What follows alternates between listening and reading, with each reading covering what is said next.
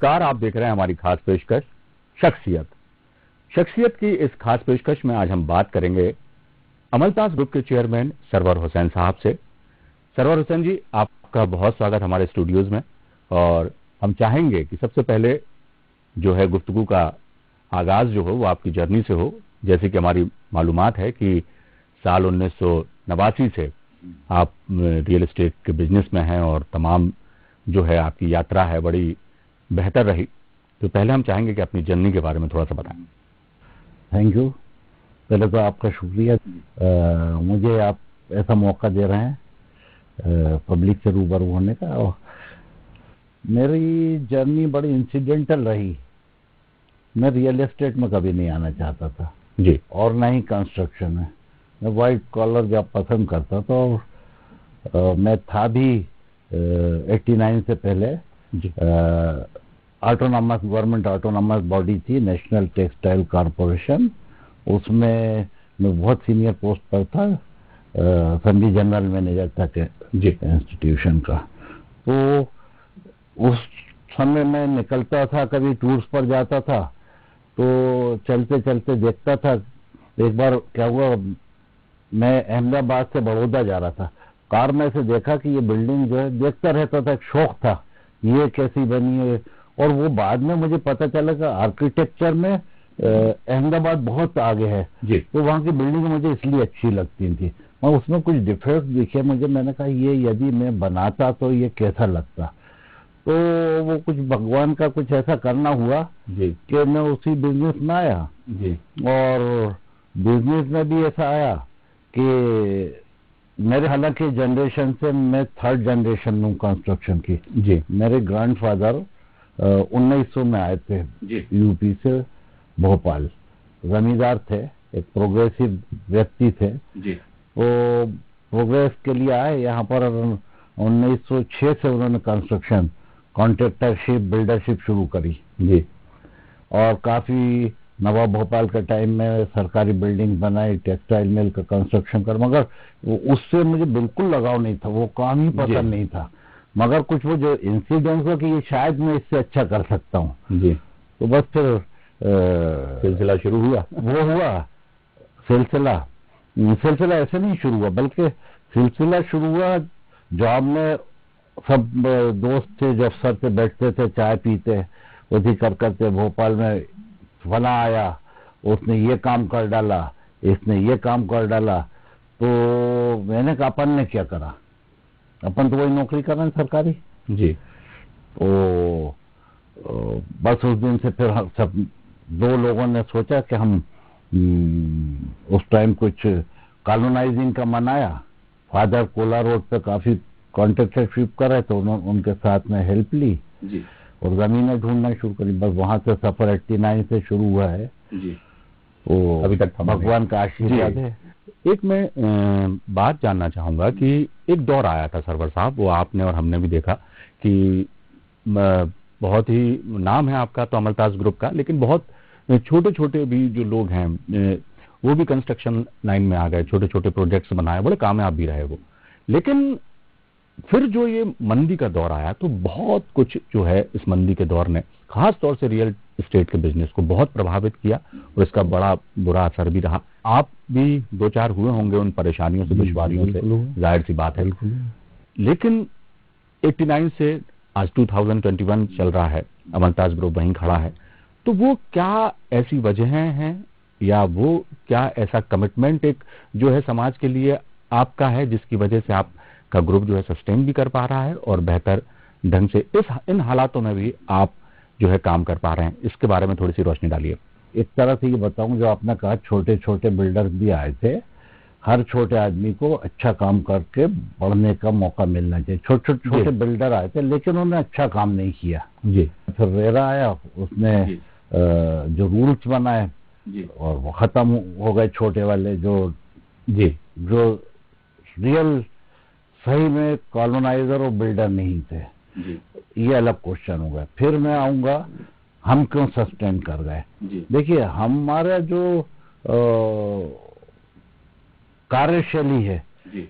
या हमारी सोच ये है कि हम अगर कोई भी चीज बनाए तो क्वालिटी अच्छी हो कंस्ट्रक्शन की जी, कंस्ट्रक्शन की क्वालिटी के साथ साथ हम जो कमिटमेंट करें वो पूरा करें जी, टाइम पर डिलीवरी दें टाइटल क्लियर हो और सबसे बड़ी चीज ये कंस्ट्रक्शन में जो प्लानिंग पार्ट से ही मैं इन्वॉल्व होता हूँ मैं एक बायर की तरह काम करता हूँ जैसे मैं इस फ्लैट को या इस मकान को खरीदूंगा और खरीद के अगर इस ड्राइंग रूम में इंटीरियर करूंगा तो कहाँ से एंट्री करूंगा कहाँ लाइट आना चाहिए कितनी वेंटिलेशन होना चाहिए लाइट वेंटिलेशन का बहुत ख्याल करता हूँ जी, शुरू से जब से प्लानिंग पार्ट से जोड़ता हूँ तो अंत तक टीम कितनी अच्छी हो बहुत अच्छी टीम हो जी, लेकिन पर्सनल इन्वॉल्वमेंट क्वालिटी पे रखता हूँ और दूसरी चीज सबसे बड़ी है जो कमिट करता हूँ जी, यदि मैं 100 पैसे देना चाहता हूँ तो जी, कई जगह जी, 101 का देता हूँ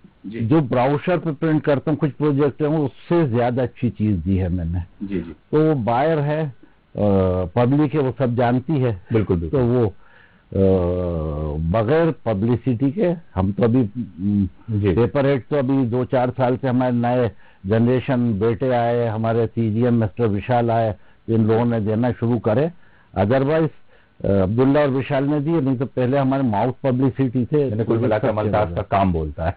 जी, बस ये कि अच्छी नीयत से करते हैं जी, 100 रुपए ले रहे हैं तो 100 से कम का काम नहीं देंगे सरवर साहब अभी आपने रेरा का जिक्र किया तो मैं चाहूंगा कि रेरा के क्या नफे हैं क्या नुकसान है इन पर भी थोड़ी सी रोशनी डालें। नहीं आपने बहुत अच्छा क्वेश्चन करा और बल्कि सब चीजें तो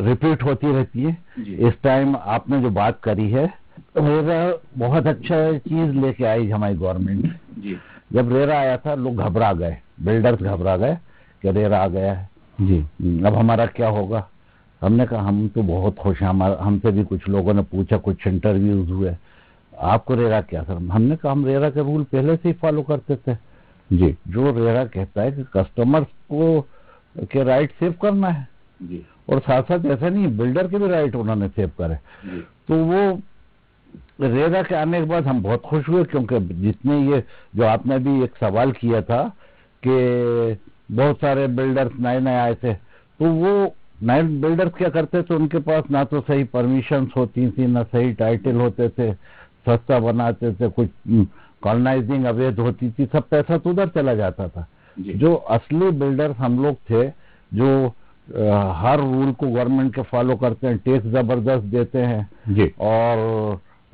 हर चीज में ट्रांसपेरेंसी करते उनको बहुत टफ था जी, तो मैं आपको सही बात बताऊं रेरा के आने के बाद हमारे सेल बढ़ गई थी जी, तो हम बहुत खुश हुए लेकिन आजकल खुश नहीं है जी, देखिए खुश क्यों नहीं वो भी बताएं आपको जी, देखिए वो आप जरूर पूछिए और मीडिया है तो वो चीज जाना चाहिए और गवर्नमेंट ने बहुत अच्छी चीज लाई थी हमारी गवर्नमेंट रेरा से हम बहुत खुश थे लेकिन अभी कोरोना आने से जी, गवर्नमेंट का इंटेंशन कभी नहीं खराब होता कि लोगों को नुकसान हो बिल्कुल, या किसी का बिजनेस कम हो जी, क्योंकि वो जानती है गवर्नमेंट कि इससे कितने लोगों का एम्प्लॉयमेंट हो रहा है लेकिन वो कुछ डिसबैलेंस हो गया सब ये 7-8-10 महीने जो बिल्कुल, बिल्कुल, काम सारी नहीं चीजें हुए प्रभावित हुई हैं उसे तो जी, कोरोना प्रभावित ने इससे नेग्लेक्ट क्यों कर दिया गया गवर्नमेंट से पूछूंगा मैं इसे नेग्लेक्ट इसलिए नहीं करना था गवर्नमेंट को जी, कि अगर आप एक रेरा का रजिस्ट्रेशन नहीं हो जी, तो मेरे पास मैंने अगर एक जमीन ले ली है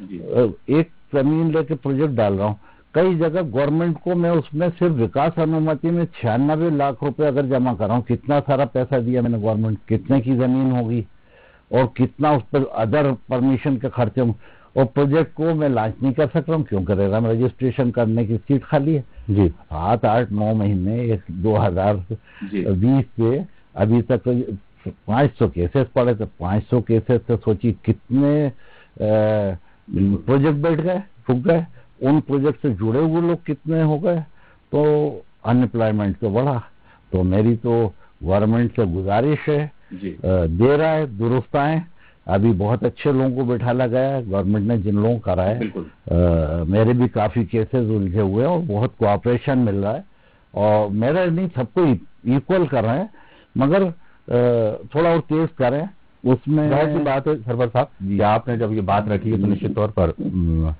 सरकार तक भी ये बात पहुंचेगी और जैसा आपने कहा कि देखिए सरकार बेहतर कर रही है इस दिशा में भी थोड़ी और बेहतरी चाहिए जी, क्योंकि ये बहुत सारे लोगों की रोटी रोजी का बिल्कुल बहुत बड़ा फंड गवर्नमेंट को कहीं ना कहीं तो हम लोग देते ही ना, जितना आगे बढ़ेंगे। बिल्कुल बिल्कुल। सर्वर साहब, एक सवाल ये था कि हर एक बशर का जो है वो ये ख्वाब होता है कि उसका एक सपनों का घर हो, वो चाहे छोटा हो बड़ा हो, हर सबके अपने अपने सपने होते हैं। तो जो छोटे इन्वेस्टर्स हैं जो अपना मकान बनाना चाहते हैं, पूंजी कम है या जिंदगी भर की कमाई वो मकान बनाने में ही खर्च करने की मतलब यानी कि हिम्मत जुटाते हैं, ऐसे निवेशकों को जिनने अपने घर के सपने पाल के रखे हुए हैं, उन लोगों के लिए आप क्या सलाह देंगे? और उनसे, क्योंकि कई बार देखने में ये भी आया है सरवर साहब कि वो डरे हुए हैं कि क्यों हम कैसे घर खरीद लें, कैसे विश्वास कर लें, उनका विश्वास बरकरार रहे और उनको ऐसा लगे कि उन्होंने जो जीवन भर की कमाई एक मकान खरीदने में, एक फ्लैट खरीदने में या अपना आशियाना बनाने में लगाई है, तो वो उसका उनको कम से कम एक मुतमईन रहे कि उन्हें जो पैसा लगाया है वो कहीं व्यर्थ नहीं गया। तो वो हम चाहेंगे कि आप अपने निवेशक जो हैं, जो सपना संजो के बैठे हैं अपने घर का, उनके लिए कोई ये संदेश दीजिए आप। देखिए,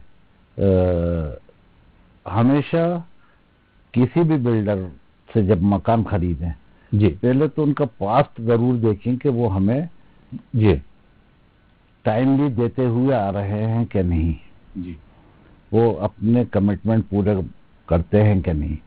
अगर किसी बिल्डर का पास्ट अच्छा है तो 99% तो वो आपका कमिटमेंट पूरा करेगा। परमिशंस वगैरह देखना ही चाहिए। अच्छा बिल्डर जो होगा, जो पूरी परमिशंस लेके करता है, वो डेफिनेटली काम पूरा करेगा। विश्वास अभी ऐसा नहीं जो आप कह रहे हैं, डरा नहीं है जी। अभी बायर बहुत है, खरीद रहे हैं, बहुत अच्छी सेल है। देखिए, बायर कोरोना की वजह से आए नहीं थे और हमारे भोपाल में एंड यूजर हैं जी। इन्वेस्टर खत्म हो गए, जो आप कह रहे हैं वो इन्वेस्टर खत्म हुए जब से डिमोनेटाइजेशन हुआ। जो रियल एस्टेट था पहले बढ़ा हुआ, वो एक इंडिया में थी पैरेलल इकोनॉमी। वो पैरेलल इकोनॉमी जो बंद हुई, एकदम बंद हुई, तो उसका असर हुआ ये रियल एस्टेट। वो धीरे धीरे बंद होना थी। वो ऐसा हुआ कि जैसे आपने एक बहुत तेज चलती हुई गाड़ी में ब्रेक मार दिया, तो आप जाके टकरा गए सामने, खुद ही को नुकसान पहुंचा लिया। तो वो नुकसान तो पहुंचा सर्विस सेक्टर, वो धीरे धीरे होता, वो जरूरी था और अच्छा था देश के हित में। सरवर साहब, एक बात बताइए कि ये जो मंदी के दौर से रियल एस्टेट का जो सेक्टर है जो गुजर रहा है और तमाम तरह की चीजें आप लोगों के सामने दिक्कतें पेश आ रही हैं, आप जैसे लोग जो हैं वो तो सरवाइव कर पा रहे हैं या बेहतर काम की तरफ आगे बढ़ रहे हैं। सरकार के बारे में भी जैसा आपने कहा कि बहुत उनका रवैया जो है सहयोगात्मक रवैया रहा है, सपोर्ट करते हैं सरकार। रियल एस्टेट ने जो बुलंदियां छुई थी या जिन बुलंदियों पर वो अचानक चंद सालों में ही पहुंच गया था, वो दौर, खास तौर से हम मध्य प्रदेश के मुतालिक बात करें तो मध्य प्रदेश में वो दौर अब हमें कब देखने को मिलेगा, ताकि जो है बिल्डरों के चेहरे भी जो है खुशी से दमक उठें और जो इन्वेस्टर्स हैं या जो आप जैसा आपने कहा कि जो सिर्फ अपना मकान खुद का ही खरीदना चाहते हैं, जिंदगी भर उसमें रहना चाहते हैं, उनके चेहरे पर भी जो खुशी आए। तो वो दौर आपको क्या लगता है कि कब तक हम उबर पाएंगे इस दौर से? वो बात तो जब आएगी, रियल एस्टेट में जो पहले आई थी, एक टाइम था मध्य प्रदेश में एजुकेशनल हब बन गया था एक तरह से, तो उस टाइम पर पैसे का इनफ्लो हुआ दूसरे स्टेट से, तो इन्वेस्टमेंट भी बढ़ा। ऐसे ही जो हमारे यहाँ सबसे बड़ी कमी है, और वो कमी है कि हमारे यहाँ